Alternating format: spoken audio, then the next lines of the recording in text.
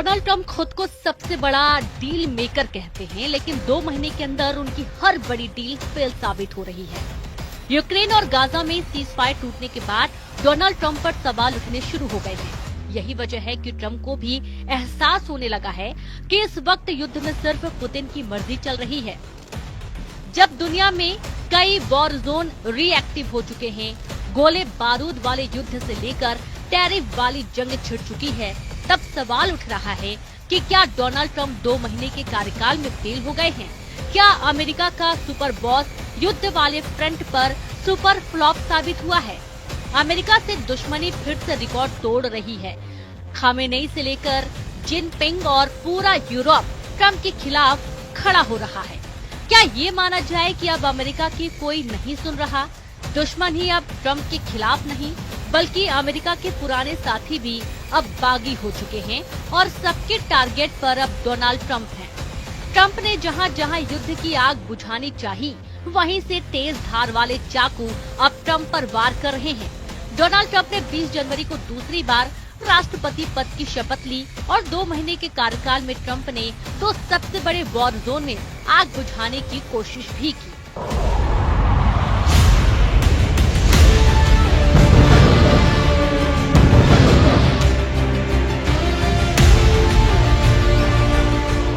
पहला war zone Gaza, जहां 15 जनवरी को सीज फायर का ऐलान हुआ, लेकिन ट्रंप की शपथ से एक दिन पहले यानी कि 19 जनवरी को लागू हुआ वो सीज फायर ठीक 2 महीने बाद तार हो गया।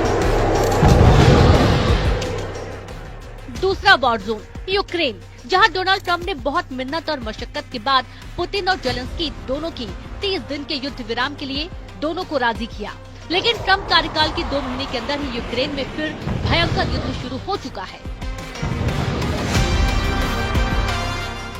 यानी ट्रंप यूक्रेन में भी फेल हो गए, जहां पुतिन और जेलेंस्की एक दूसरे पर आग बरसा रहे हैं, और गाजा में भी ट्रंप नाकाम हो चुके हैं क्योंकि इजराइल ने सीज फायर तोड़ डाला और 48 घंटे में हुई बमबारी में 700 से ज्यादा लोग मारे गए हैं। लेकिन ट्रंप अब भी सीज फायर मूड में है। अमेरिका के राष्ट्रपति डोनाल्ड ट्रंप का कहना है कि हम बहुत सी जगह युद्ध विराम करने जा रहे हैं, सब बहुत अच्छी तरह से चल रहा है। दोनों तरफ सैनिकों ने एक दूसरे पर बंदूकें तानी हुई थी, बहुत से सैनिक घिरे हुए थे। हम बहुत जल्द पूरी तरह युद्ध विराम करेंगे, हम समझौते भी करेंगे, जमीन बांटने को लेकर भी बात होगी। नेतन्याहू की गाजा पर बमबारी वाली पॉलिसी ने ट्रंप की सीज फायर वाली कोशिश पर पानी फेर दिया। गाजा में हालात बहुत ज्यादा खराब हैं और एक बार फिर से नेतन्याहू कह रहे हैं कि हमास को पूरी तरह खत्म करना ही उनका एजेंडा है।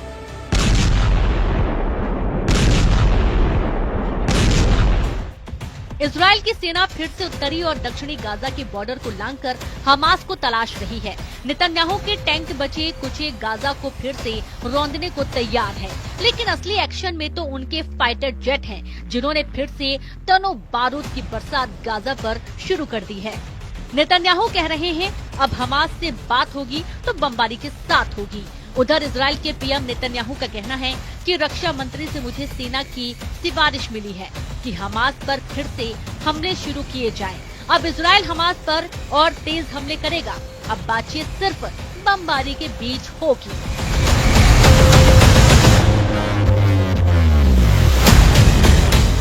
गाजा के बाद दूसरा बड़ा वॉर जोन यूक्रेन है और यहाँ जेलेंस्की ने जब से रूस के परमाणु अड्डे में पुतिन को हिलाने वाला धमाका किया, तब से यूक्रेन और रूस के बीच युद्ध विराम की गुंजाइश शून्य हो गई है। इस बात का सिग्नल पुतिन की तरफ से ट्रंप को भेज दिया गया है। पुतिन दुश्मनी लेने वाले को माफ नहीं करते, ये बात जेलेंस्की बहुत अच्छी तरह जानते हैं। हालांकि ट्रंप से बातचीत में दोनों पक्ष 30 दिन के सीज फायर के लिए तैयार हो गए थे, लेकिन अचानक यूक्रेन और रूस के बीच बमबाजी का रिकॉर्ड टूट गया, जब जेलेंस्की ने सारातोव में रूस के परमाणु बम वर्षक वाले हवाई अड्डे पर बहुत ही खतरनाक धमाके को अंजाम दिया। इसके बाद रूस ने यूक्रेन के ओडेसा पर काउंटर अटैक किया और बता दिया कि जब पुतिन सजा देते हैं तो उनकी लाठी में आवाज नहीं होती।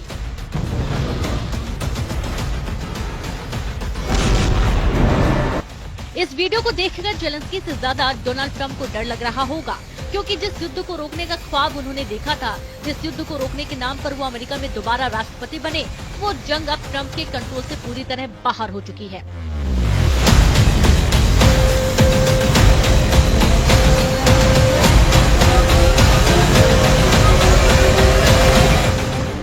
अमेरिकी राष्ट्रपति के सामने जो वॉर जोन एक्टिव थे वो अभी भी बरकरार हैं। गोले बारूद और बंकर बस्टर वाले युद्ध से लेकर परमाणु युद्ध के खतरे और टैरिफ वाली जंग तक ट्रंप हर मोर्चे पर फेल साबित होते जा रहे हैं। उनके 2 महीने के कार्यकाल में ही सवाल उठ रहा है कि क्या ट्रंप का युद्ध खत्म करने वाला ट्रेलर फिल्म बनने से पहले ही फ्लॉप हो गया।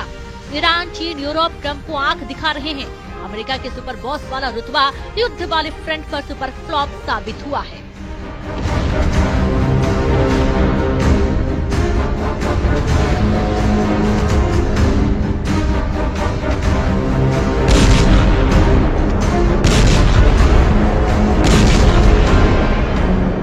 उधर ईरान के सर्वोच्च नेता अली खामेनेई ने 2 टूक कहा कि अमेरिका को पता होना चाहिए कि ईरान को डराने से कुछ नहीं होगा।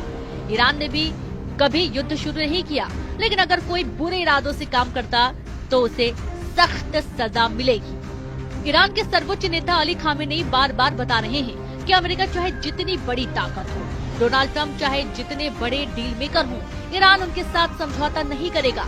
वैसे ट्रंप को ईरान ही नहीं यूरोप भी आंख दिखा रहा है। यूरोप में ट्रंप को लेकर विश्वास जगमगा गया है। पोलैंड ने डोनाल्ड ट्रंप से जो मांगा है उसे लेकर पूरी दुनिया हैरान है। पोलैंड अब युद्ध पुतिन को परमाणु टक्कर देने वाला लॉन्च पैड बनना चाहता है। वो इसलिए क्योंकि यूरोप में ट्रंप को लेकर भरोसा 0 लेवल पर है।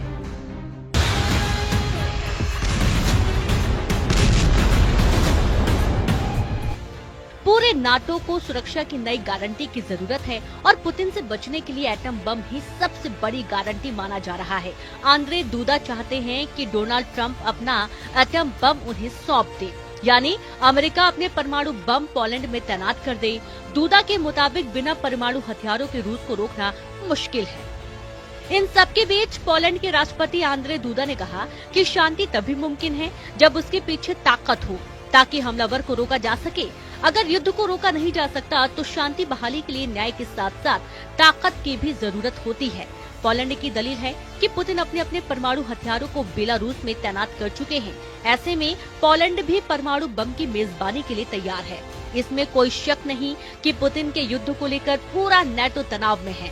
पोलैंड तो यूक्रेन के बाद पहला फ्रंट है जहां लगातार नाटो की सेनाएं एक्टिव रहती हैं और अब पुतिन के साथ ट्रंप की नजदीकी ने पोलैंड ही नहीं पूरे यूरोप में एक डर बैठा दिया है।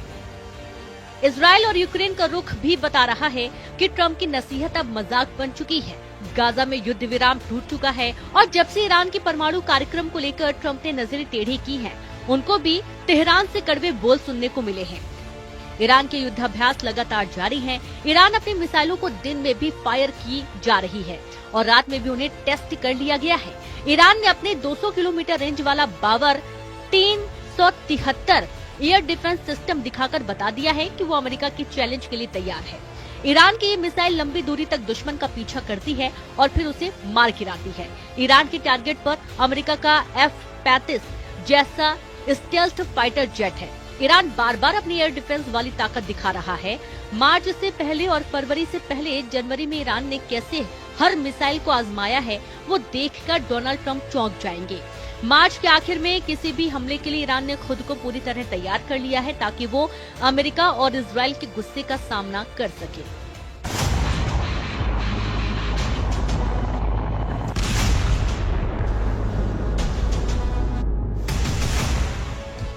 ईरान ने जनवरी के महीने में 4 युद्धाभ्यास करके ईरान ने अपनी ताकत दिखाई है। ईरान का साथी देश यमन और वहां के हूथी विद्रोही भी ट्रंप को ललकार रहे हैं, जबकि ट्रंप कह चुके हैं कि वो हूथी को मिट्टी में मिला देंगे। यमन की राजधानी सना में ये भीड़ ट्रंप को चुनौती दे रही है। सवाल है कि क्या ये मजमा देखकर ट्रंप यमन को दूसरे गाजा में तब्दील कर देंगे।